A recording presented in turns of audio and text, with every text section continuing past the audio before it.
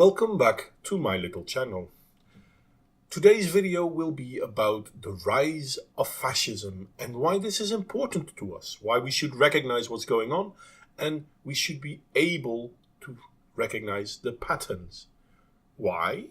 Because those who do not understand history are condemned to relive it. And this is where we are today.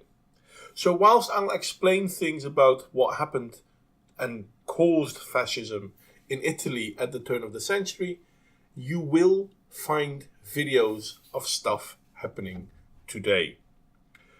I was hoping to find more images of the rise of fascism and the reasons for the rise of fascism, but where I know that these images existed, for the life of me I can't find them. So I had hoped to show you images of back then and images of today. I can't. Well, obviously there weren't any videos, or not a lot of videos of what happened back then, but I did know a lot of stills, photos, but yeah, I can't find them anymore. So I will just give you images of what's happening today. What happened and how did fascism start? Okay, to begin with, fascism shares a common ancestor, as does communism, or they both share a common ancestor. What ancestor is that? That ancestor is Marxist socialism. Really? Yeah, really. Marx thought up this whole idea of socialism, and he didn't do that all by himself because Engels had a large part in that too. But when Engels died, a lot of other ideological driven individuals started thinking up what that ideology could do for them. Now, the Bolsheviks came from the Leninistic side, not Leninistic, well, Leninistic, why not? And the fascists came from thinkers like Giovanni Gentile. Now, on both sides there were more. I don't try to give all the names, but I will give you some links for you to read up on. You will find them downstairs.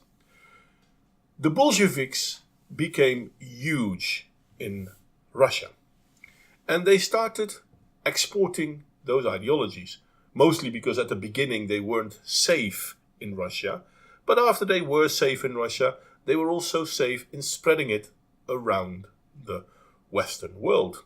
The Western world at that time mostly being Europe. But you did have them in America too. Not as much, fortunately. What happened to cause the rise of fascism? Well, as I said, fascism comes from the same ideology as the Bolsheviks' socialism. But in Italy, after the First World War, a lot of people were unhappy what happened, and Bolsheviks tried to push a political change. And there were plenty of politicians in Italy that supported Bolshevism. The problem was, and this is something we see happening with the left a lot, the changes they wanted weren't happening fast enough, or they weren't pleased with them. So they started attacking civilians. And these attacks were, well, unprovoked, but mostly because they lacked the conviction of their ideology. I mean, if you were agreeing with the Bolsheviks, they wouldn't attack you. But if they didn't feel you were ideologically pure enough, they would. This is unfortunately what we see happening in Europe still, and what we see happening in America very much at the moment. What happened next? Well, what happened next was the rise of fascism. There were people in Italy that didn't like the fact that they were being attacked by people that were driven ideologically. There were people in Italy that still wanted to be proud of their country, of their heritage, of their history. So they started organizing and fighting back. Now, the first grassroots movements of this fighting back weren't politically driven at all. They were merely counter-attacking and defending themselves. But thinkers like Giovanni Gentile and Mussolini, because in all fairness, he was a politician, started recognizing these groups and tried to incorporate them. And this worked. They made people feel proud of their country, and they excused the violence against the Bolsheviks. Now, why is this so very important? Because in the beginning, politicians excused the violence from the Bolsheviks. But with the fascist movement, there was an end to that. Unfortunately, they went overboard. So where the Bolsheviks attacked the normal citizenry, the fascists started attacking the Bolsheviks and those that supported them. But among the normal citizenry, there were also people supporting Bolshevism.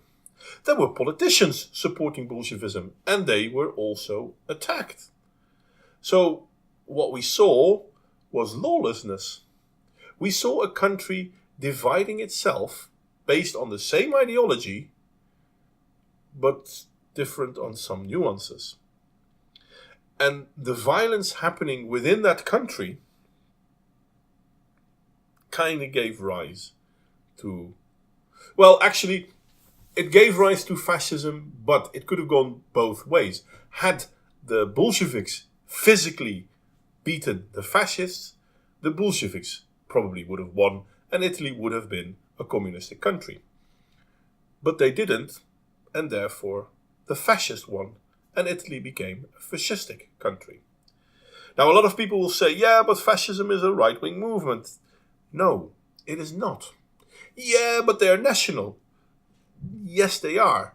But they are not national based on ethnicity. They're national based on the country.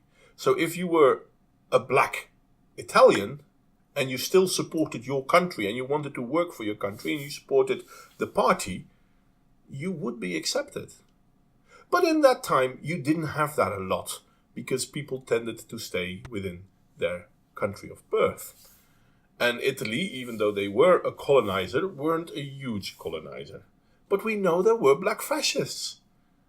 So calling them right-wing is a tactic used by the Bolsheviks to fight the ideology that they cannot coexist with.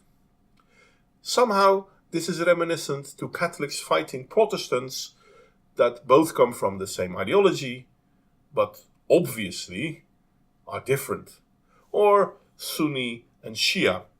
This is a Muslim, but yeah, it's the same thing. They come from the same ideology, but at a slightly different nuance. Therefore, they need to destroy each other. This is how fascism got started, and as you see, I've been showing you imagery of what's happening in America now. Why is this important? Why am I showing you this? Because, my dear people, we are seeing a repeat of history. We have politicians protecting left-wing extremists that create violence against the populace. And we are already seeing people organizing against this. This is, for example, the Proud Boys and Patriot Prayer. And obviously they are being called right-wing, as was fascism being called right-wing by the Bolsheviks. And just like the counter-movement against the Bolsheviks came from the people before politicians got in, Proud Boys and Patriot Prayer aren't political. They are centrist movements against the push of the left. This is also why it's important, because it is likely, no, not likely, but it is possible that these movements will start being incorporated in a more violent movement. This is why we need to stand up. This is why we need to return to the rule of law. Whether we agree with the person politically or not, the law should be the only measure. Because if we do not, we will see a repeat of what happened in Italy. Because in Italy, the fascists won from the Bolsheviks and they started attacking the Bolsheviks. And where the politicians at first stood behind the Bolsheviks, they were replaced by politicians that stood behind the fascists.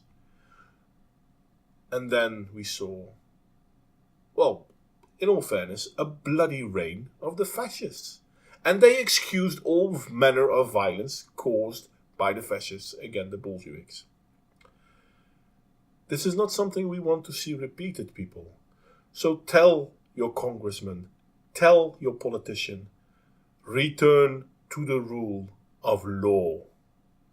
This is the first. I will make more videos on this topic. The next one will probably be about the Nazis, or maybe a little bit more explanation on fascism. Questions are more than welcome. Criticism is, as always, more than welcome. Like, share and subscribe if you feel that this video is interesting enough for you. Because, let's be honest, if you stumbled across this video, it's not because YouTube suggested it to you. I will try to make more videos like this, and I hope to see you all next time.